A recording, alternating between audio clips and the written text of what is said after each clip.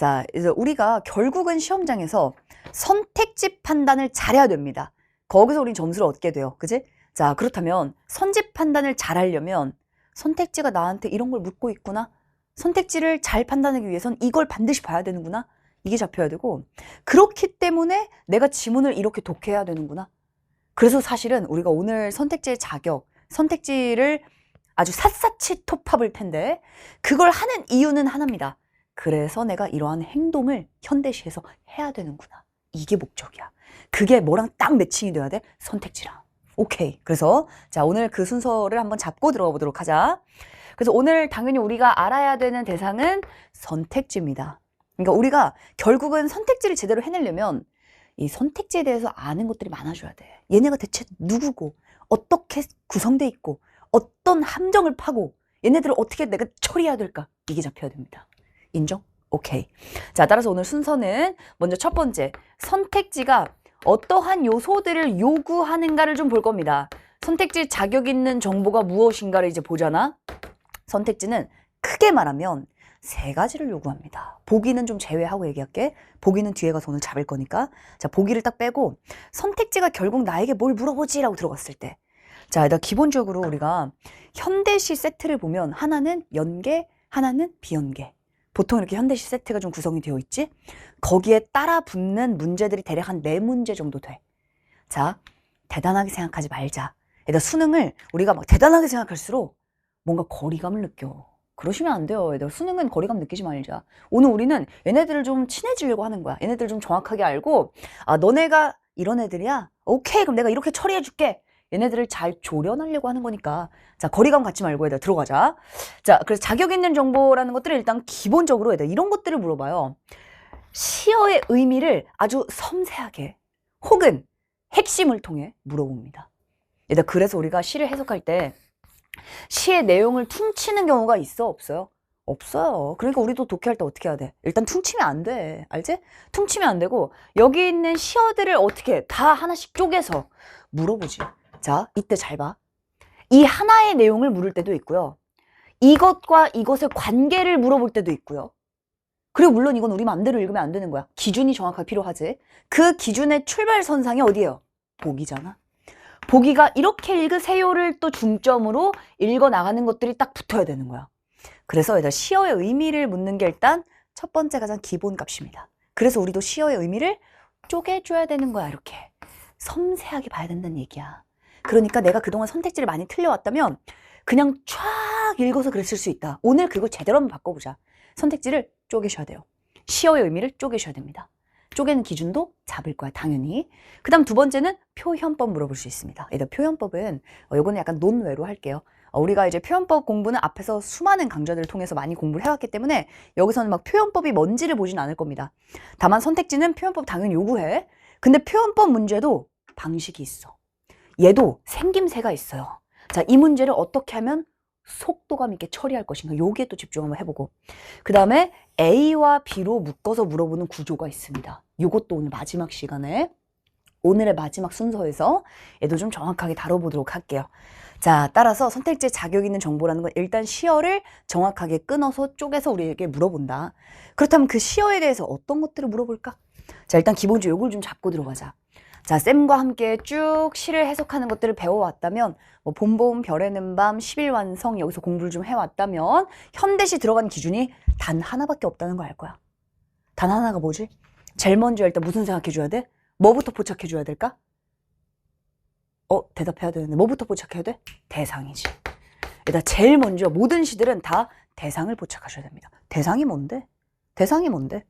화자가 주목하는 무언가요. 그리고 화자가 주목하는 무언가가 하나가 아니야. 그래서 시어가 바뀔 때 우리는 이 대상이라는 건 화자가 주목하는 주인공도 있겠지만 시어들이라고 보셔야 되는 거예요. 시어들. 왜냐, 이걸 하나씩 하나씩 다 물어보는 게 선택지라니까. 이 시어들의 의미를 파악해 주셔야 됩니다. 어떤 의미? 내가 부여한 거 말고 화자가 부여한 의미를 파악해 주셔야 돼요. 따라서 대상에 대한 화자의 인식을 본다. 이게 가장 기본 값이야. 이게 왜 그런지 한번 오늘의 선택지를 한번 다 분석해봐. 그러면 아, 이래서 우리가 현대시를 이렇게 읽어나가는 게 진짜 맞구나. 이 행동을 제대로 확립하는 게 오늘의 목적입니다. 자, 대상에 대한 화자의 인식은 크게 두 가지다. 정서와 태도를 제대로 보란 얘기입니다. 왜 제대로 봐야 되는 줄 알아요? 오늘의 두 번째가 선택지의 판단에 있어서의 함정까지 싹 들어가 있거든.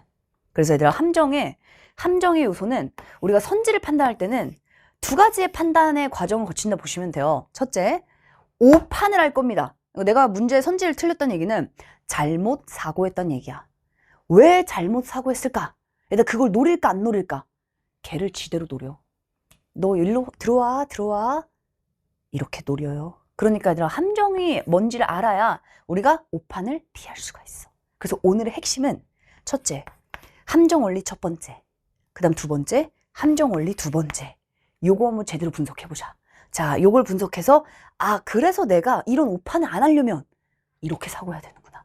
이미 우리 답 정하고 들어간다 지금. 이렇게 사고라는 건 이거 얘기하는 겁니다. 이렇게 사고하시란 얘기예요. 왠지를 오늘 다 분석해서 제대로 한번 체화하자는 거야. 우리 지금 선지와 보기의 행동 강령 아닙니까? 이거 체화 아닙니까? 체화가 핵심이에요.